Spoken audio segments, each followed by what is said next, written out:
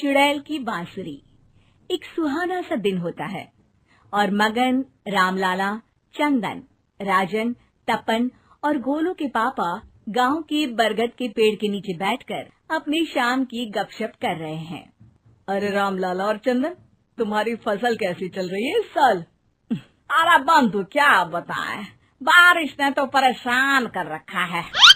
सही बात, बारिश की कमी ने दिमाग खराब कर दिया है। सरपंच गांव वालों के लिए एक खबर लेकर आता है। अच्छा मेरे गांव के भाइयों, सुनो जरा। हमारी सरकार ने किसानों के लिए शहर में एक सेमिनार का आयोजन किया है, जिसमें वो खेतों के बारे में और भी कुछ जानकारी देंगे।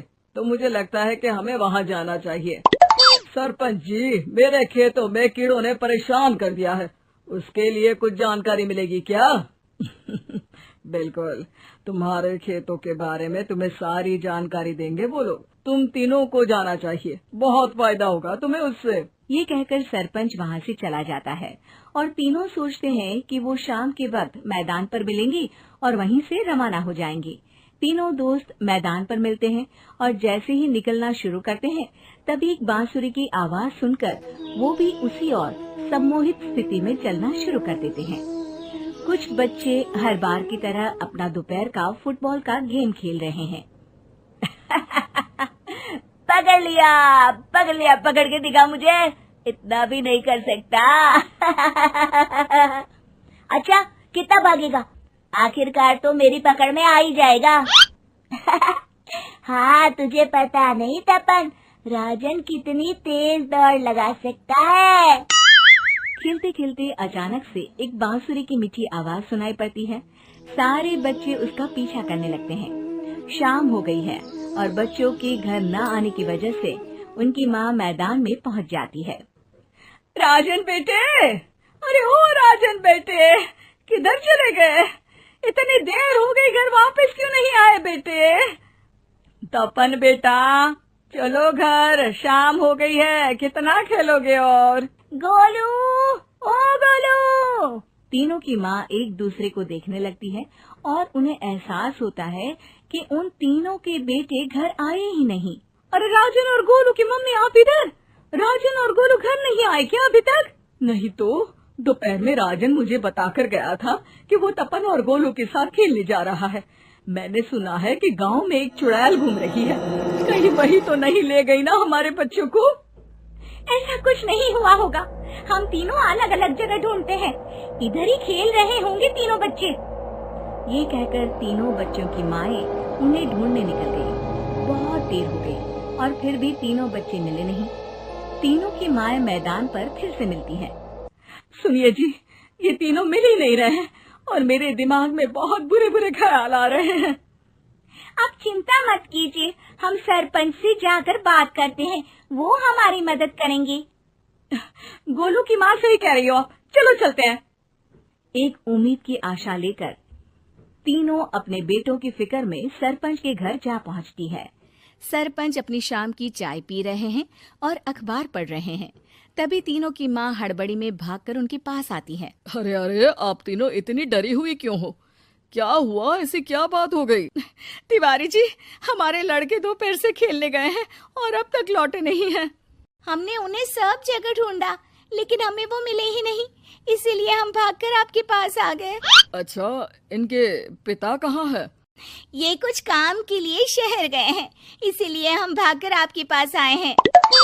हाँ, मैं उसके बारे में भूल ही गया था। एक काम कीजिए, मुझे उस जगह लेकर चलिए जिधर वो आखिरी बार खेल रहे थे। सरपंच घर से एक डंडा लेकर तीनों के साथ मैदान की ओर निकल पड़ते हैं। तीनों मैदान पर पहुंच जाते हैं और उन्हें ढूंढने के लिए कुछ सुराग खोजना शुरू करते हैं। आपको कोई ऐसी जगह पता है जहां ये तीनों साथ में मिलते हैं? नहीं जी, ऐसी तो कोई जगह नहीं पता। अचानक से वही बांसुरी की आवाज आना शुरू हो जाता है और सरपंच सम्मोहित होकर उस आवाज की तरफ जाना शुरू कर देते हैं। अरे तिवारी जी, आप ठीक तो हैं? कहाँ जा रहे हैं? अरे ओ तिवारी जी, वो हमें सुन नहीं पा रहे हैं क्या?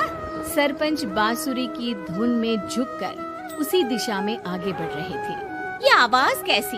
ऐसा लग रहा है कि कोई बांसुरी बजा रहा हो। हाँ, सरपंच जी भी उसी दिशा में जा रहे हैं। सरपंच का पीछा कर तीनों मैदान के टूटे हुए बंगले पर पहुंच गए और सरपंच के पीछे दरवाजे के अंदर घुस गए। तीनों बंगले के अंदर झांकते हैं तो देखते हैं कि बहुत अच्छे से संभाला गया है बंगला। उतने में एक हंसी की आवाज आती है। मेरी बांसुरी, तूने मुझे आज तक कभी तंग नहीं किया। हमेशा अपने जादू से लड़कों को खींच लाती है। ये बोलते ही राजन की माँ को तीनों बच्चे और उनके पिता वहाँ चुड़ैल के पास लेटे हुए दिखते हैं। अरे वो देखो गोलू के पापा। अरे रे। अरे गोलू की माँ, अब चुप रहिए ना जरा। उस चुड़ैल ने देख लिया तो हम भी फंस जाएंगे। इन्हें बचाएगा कौन? लगता है ये शहर गए ही नहीं और इस चुड़ैल ने इन सबको भी यही बुला लिया है। अब हमें इन्हें छुड़ाना होगा। एक काम करते हैं। राजन की मम्मी गोलू और तपन की मम्मी को एक प्लान बताती है। बिल्कुल सही कह रही हो राजन की मम्मी। चलो आज इस चुड़ैल को मजा चखाते हैं। तीनों माएं अपने छुपने की जगह से बाहर निकलती हैं और एक्टिंग करना शुरू कर देती है। ये तो बढ़िया है। अब इसका असर औरतों पर भी हो रहा है। वाह जी वाह। तीनों माएं चुड़ैल की थोड़ा करीब आती हैं। राजन और गोलू की माँ चुड़ैल को पकड़ लेते हैं और तपन की माँ बांसुरी हाथ से पकड़कर तोड़ देती है। अरे पागल औरत, ये क्या कर दिया? मेरी बांसुरी को तोड़ दिया। अब मेरी शक्तियाँ खत्म हो जाएगी। तुम्हें तो अरे तुझे क्या लगा चुड़ैल कहीं की हमारे बच्चों को और पतियों को हाथ लगाएगी तू? बांसुरी टूटने की वजह से चुड़ैल खाक होकर गायब हो जाती है और सारे लोगों की आंख खुल जाती है। सब अपने परिवार को लेकर उस बंगले से बाहर निकल जाते हैं। कहते हैं ना, नारी